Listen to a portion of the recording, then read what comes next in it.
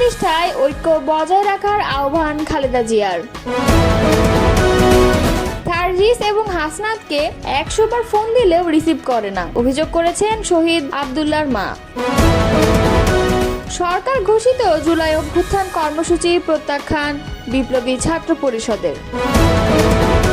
প্রহসনের নির্বাচনের অভিযোগে মামলা, সাবেক সিইসি নুরুল হুদার জবানবন্দি।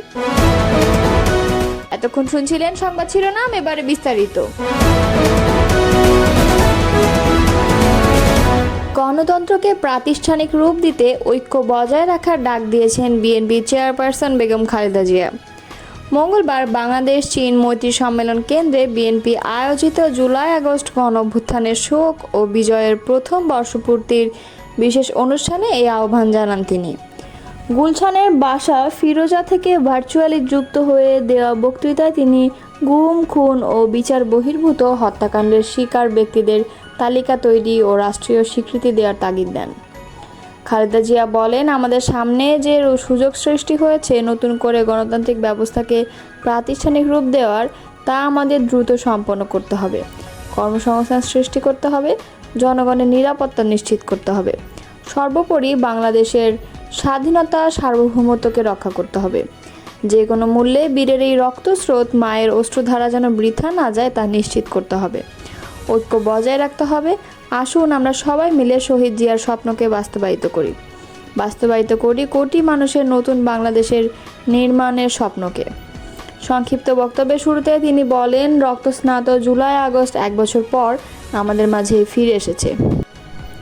দীর্ঘ 16 বছর ফ্যাসিস্টদের নির্মম অত্যাচার, নির্যাতন, গ্রেপ্তার, হত্যা ও খুনের মাধ্যমে গণতন্ত্রকে ধ্বংস করে এবং একদলীয় শাসন ব্যবস্থা চিরস্থায়ী করতে চেয়েছিল আওয়ামী শাসক গোষ্ঠী।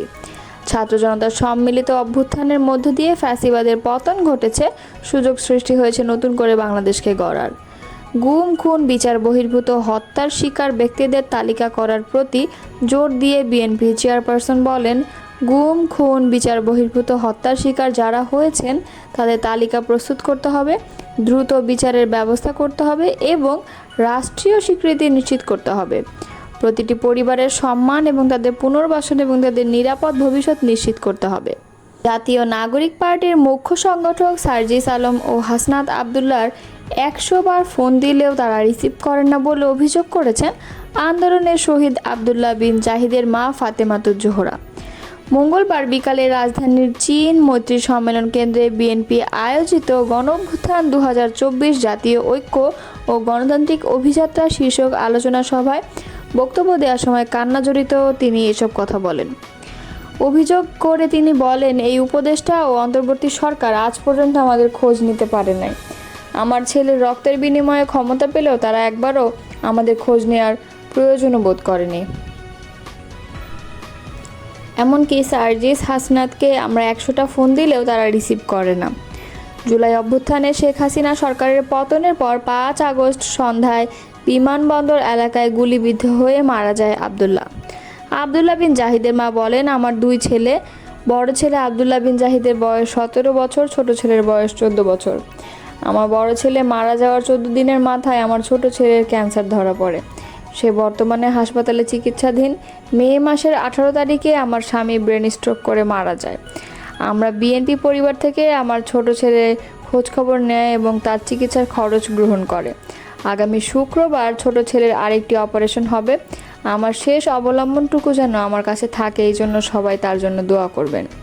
এ সময় তিনি আরও বলেন, আমরা বিএনপি পরিবার আজ আমাদের সঙ্গে না থাকলে আমাদের আজ রাস্তায় নামতে হতো, আমার ছোট ছেলেও আজ দুনিয়াতে থাকতো না।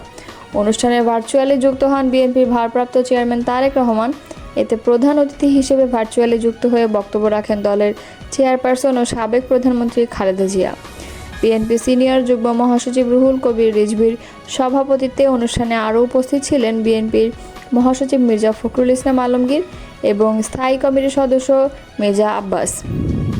ফ্যাসিবাদী আওয়ামী লীগ রেজিমের বিরুদ্ধে 24-এর ছাত্র জনতার ঐতিহাসিক সংগ্রামকে জুলাই বিপ্লব আখ্যা দিয়ে সরকার ঘোষিত জুলাই অভ্যুত্থানের কর্মসূচি প্রত্যাখ্যানের ঘোষণা দিয়েছে বিপ্লবী ছাত্র পরিষদ।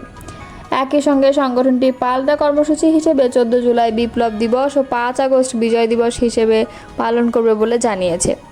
মঙ্গলবার দুপুরে ঢাকা বিশ্ববিদ্যালয়ের মধুর ক্যান্টিনে আয়োজিত এক সংবাদ সম্মেলনে বিপ্লবী ছাত্র পরিষদের কেন্দ্রীয় আহ্বায়ক আব্দুল ওয়াহেদ এ কর্মসূচি ঘোষণা করেন। লিখিত বক্তব্যে তিনি বলেন, বাংলাদেশের জাতীয় জীবনের অন্যতম প্রধান গৌরবময় অধ্যায় জুলাই বিপ্লব। এটি আমাদের তরুণ প্রজন্মের জীবনের শ্রেষ্ঠ অর্জন। 1971 সালের স্বাধীনতা, তার আগের 1947 সালের স্বাধীনতা সেই সময়ের প্রজন্মগুলোর কাছে যে গুরুত্ব ও তাৎপর্য বহন করে, আমাদের প্রজন্মের কাছে 24 জুলাই বিপ্লব তেমন গুরুত্ব ও তাৎপর্য বহন করে। কারণ এই বিপ্লবের রক্তাক্ত লড়াইয়ের বীরত্ব ও তাবেদার ফ্যাসিবাদকে পরাজিত করার সাফল্য আমাদের রাজনৈতিক কর্তাসত্তায় পরিণত করেছে। এই বিপ্লবের মধ্য দিয়ে রাষ্ট্র ও রাজনীতিতে আমূল পরিবর্তনের ম্যান্ডেট তথা এখতিয়ার, অধিকার ও সুযোগ আমাদের অপরিহার্য হকে পরিণত হয়েছে। আব্দুল ওয়াহেদ বলেন, শব্দ শুধু যোগাযোগের মাধ্যম নয়, শব্দ রাজনীতিরও হাতিয়ার। একটি ঘটনাকে কী নামে ডাকা হবে তার উপর নির্ভর করে ভবিষ্যৎ গতিপথ ও ঐতিহাসিক মূল্যায়ন বদলে যাবে।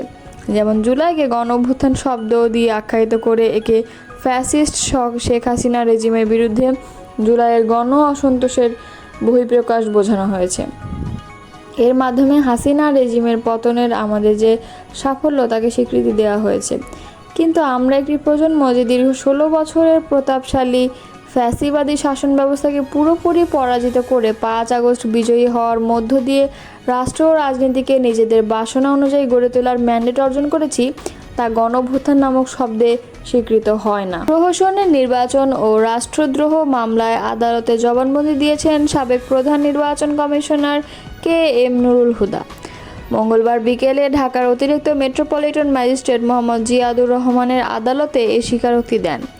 দশম, একাদশ ও দ্বাদশ জাতীয় সংসদ নির্বাচনকে প্রহসনে নির্বাচন করার অভিযোগে সাবেক 3 সিইসি সহ 24 জনের নামে উল্লেখ করে গত 22 জুন রাজধানীর শেরেবাংলা নগর থানায় মামলা করেন বিএনপির নির্বাহী কমিটির সদস্য সালাউদ্দিন খান। এই মামলার অন্য আসামিদের মধ্যে আছেন জুলাই গণঅভ্যুত্থানের ক্ষমতাচ্যুত আওয়ামী লীগ সরকারের প্রধানমন্ত্রী শেখ হাসিনা, সাবেক স্বরাষ্ট্রমন্ত্রী আসাদুজ্জামান খান, সাবেক আইজিপি হাসান মাহমুদ খন্দকার, জাবেদ পাটোয়ারি, KM শহীদুল হক প্রমুখ। মামলাটি দায়ের করার পরই এদিন রাতে গ্রেফতার হন সাবেক সিইসি KM নুরুল হুদা। এদিন স্থানীয় জনগণ তাকে ধরে পুলিশের কাছে সোপর্দ করে। পরে 2 দফায় মোট 8 দিনের তার রিমান্ড মঞ্জুর করে আদালত।